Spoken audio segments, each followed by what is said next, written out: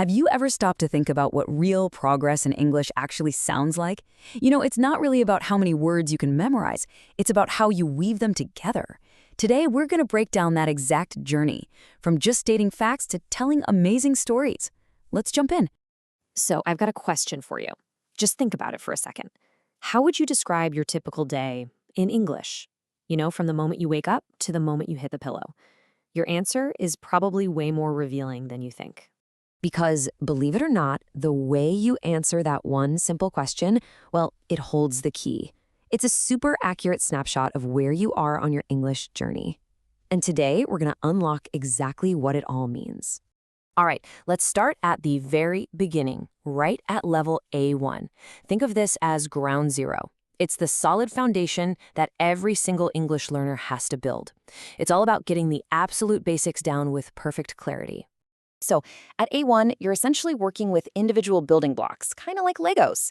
Your sentences are super short and right to the point, just a subject and a verb. Boom, it's simple, it's functional, and you know what? It gets the job done. And here's what that actually sounds like. Notice that rhythm? It's very short, very punchy. I wake up, I open my eyes, I take a shower, I put on my clothes.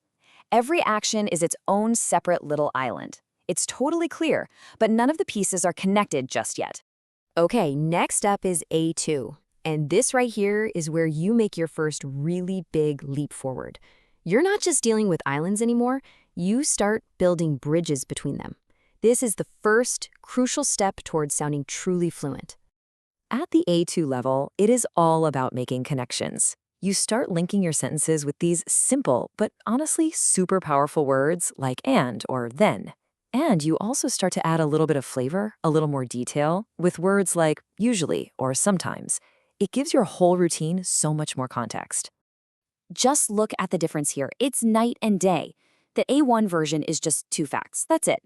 But the A2 version, now we have with my family. That's context. And I normally eat eggs. That's detail. See, it's not just a boring list anymore. It's the beginning of a real description. This is your A2 toolkit in action. These words right here, and then after that, these are your best friends. They're the connectors that create a sequence. You're no longer just listing off facts, you're actually guiding the listener through your day. And now we get to B1. This is a huge turning point. Seriously, you're no longer just linking facts together. You are telling a story. This is the level where your unique personality and your own perspective finally get to shine through. At B1, your language just starts to flow. Instead of choppy little sentences, you're speaking and thinking in paragraphs. And the absolute game changer is when you start explaining why, using words like because, and adding these really rich details with phrases like which gives me. I mean, just listen to this B1 example. It is so much more powerful than just saying, I go to work by bus. That little phrase, which gives me about half an hour, turns a simple action into an opportunity. It tells us something personal about this person. That is storytelling. So how do you actually get to B1? Well, it really breaks down into a three-step process. First, you link your ideas to show how they relate to each other. Second, you add those richer details using things like relative clauses.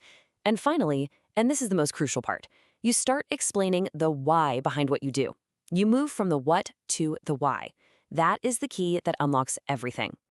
Okay, let's put all the pieces together now. We've walked the path from A1 all the way to B1, so let's just take a look at the complete roadmap to fluency, all in one place.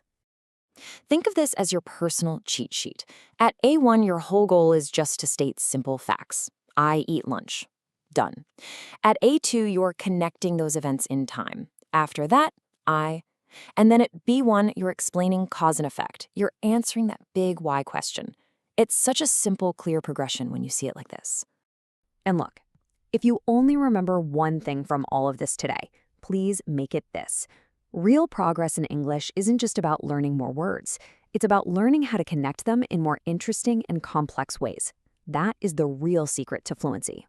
So, I'm going to leave you with a little challenge. Don't just list what you do in a day. Explain why you do it. Tell the story behind it. So, what does your B1 routine sound like? I think it's time for you to find out.